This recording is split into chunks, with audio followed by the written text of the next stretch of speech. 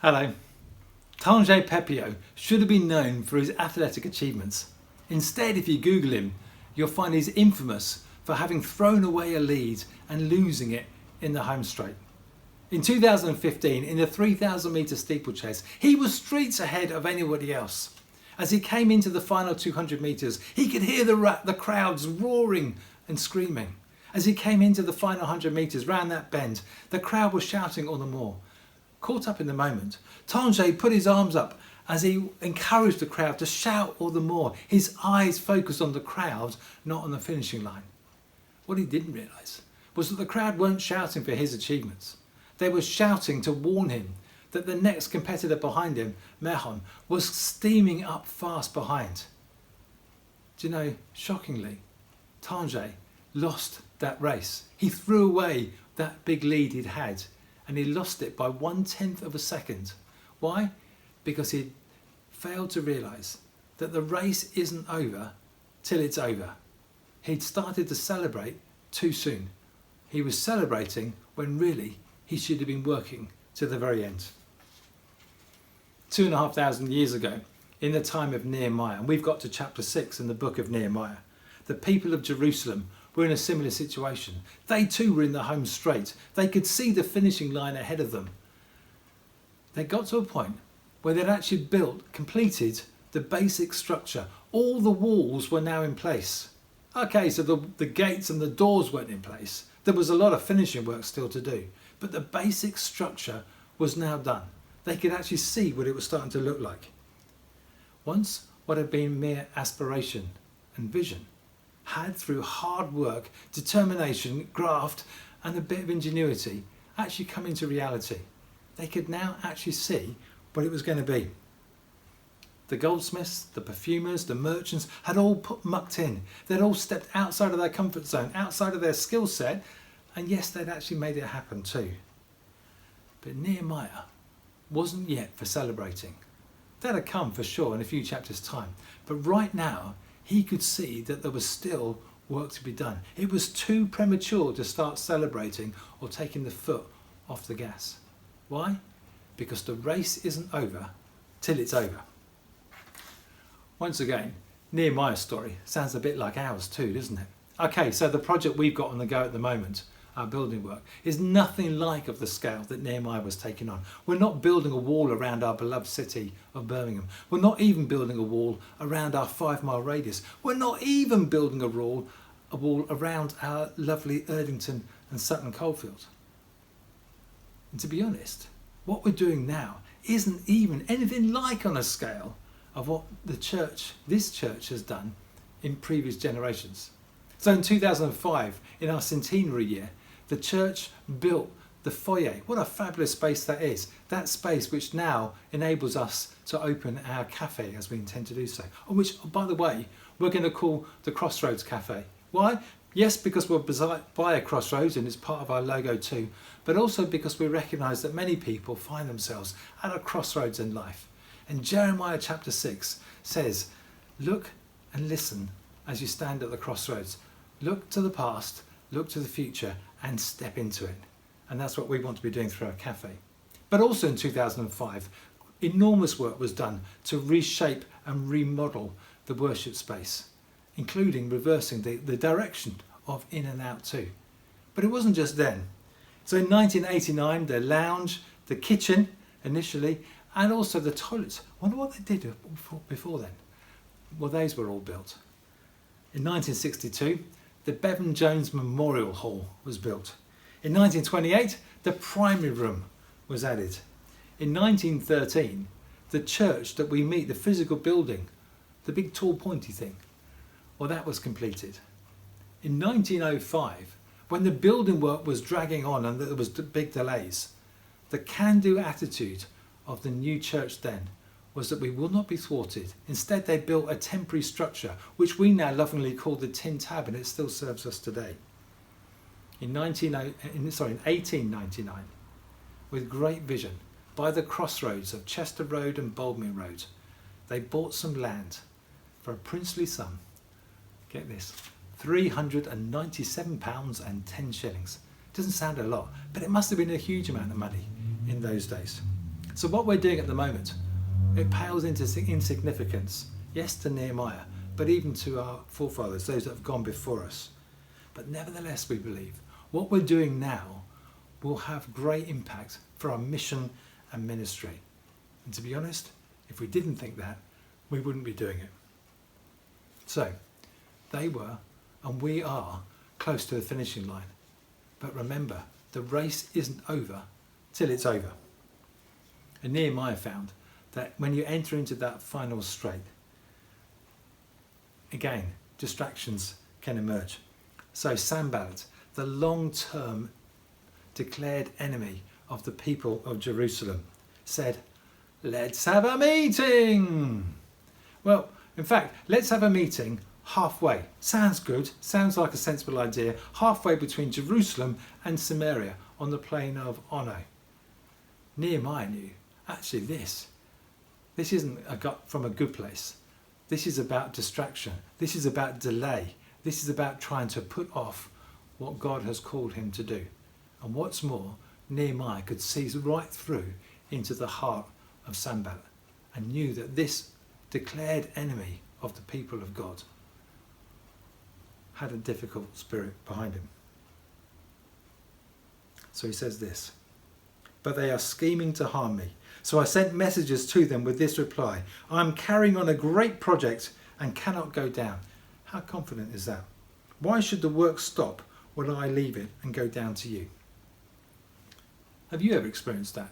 Have you ever been in a work situation where people have said, "Let's have a meeting, let's have another meeting, and another meeting," and all the meetings seem to be simply about trying to delay the inevitable, trying to put off what actually is the right thing to do? Actually, you don't need another meeting. You just need to crack on. Or maybe you've had that in your extended family, where arguments are surfaced and brought round again and again and again. The same issues being brought up. Actually, nobody's listening. Nobody's really wanting to resolve things. They're simply wanting to add fuel to the fire. When that didn't work, Sanballat did the old classic. He sent someone else on his behalf. And that somebody on his behalf said, "And Geshem says it's true as well." Or put another way, it's when people say, "And what's more, other people are saying." Do you ever hear that? You don't know who these other people are. You don't know whether it's one person, 10 people, 100 people, 1,000 people. But other people are saying. Actually, you just want somebody to say, "This is what I think. I want to own my own thoughts, and I'm being open and honest with you to say this is how I feel." You don't want them to hide behind the cloak screen of what other people may or may not be saying. And what's more, this person came with an unsealed letter. I guess 2,500 years ago, that was the equivalent of today, some kind of social media post where somebody put something out there with it hiding behind the anonymity of the internet for all people to see. Kind of stirring it up, I guess. And what's more, they were twisting the motives of the people of Jerusalem and also of Nehemiah as well. And what they were saying is that they were plotting against the civil authorities, against the rulers of the day. That they were simply doing this for their own power and their own egos. Now Nehemiah responded, not with anger to them. He responded and said with a defiant prayer. In verse 9, he says, "I prayed, now strengthen my hands." In Acts chapter 4, it tells us that Peter and John had been arrested and had been hugely intimidated by the authorities, threatened, probably with very terrible things to happen. When they were eventually released, Peter and John ran off to the prayer meeting. And in the prayer meeting, they all got together and they prayed. Not, "Lord, take this threat away." Not, "Lord, make this government go away." Not, "Lord, help us get away." Instead, they prayed, "Lord, strengthen our hands. Give us even more boldness." In other words, that thing that those people arrested us for, that thing that we've just been intimidated and threatened against doing, God, give us the strength and the courage to do it even more in your name. How's that for a powerful prayer, a defiant prayer? Are you finding at the moment you need to pray a defiant prayer. Maybe again in your work context. Lord, strengthen me. Don't let me give in to intimidating contexts. Or Lord, don't let me give in to racist attitudes. Help me rise above. Help me stand true and proud for who you have made me to be. Defiant prayers. Then, maybe thinking that Nehemiah could be won over with a bit of power and a bit of ego. They bring about some kind of way of massaging him with privilege, power and position.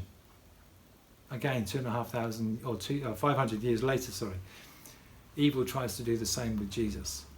Again, trying to use power, privilege and position. But it didn't work with Jesus. It didn't work with Nehemiah. And you know, it doesn't work with you too either.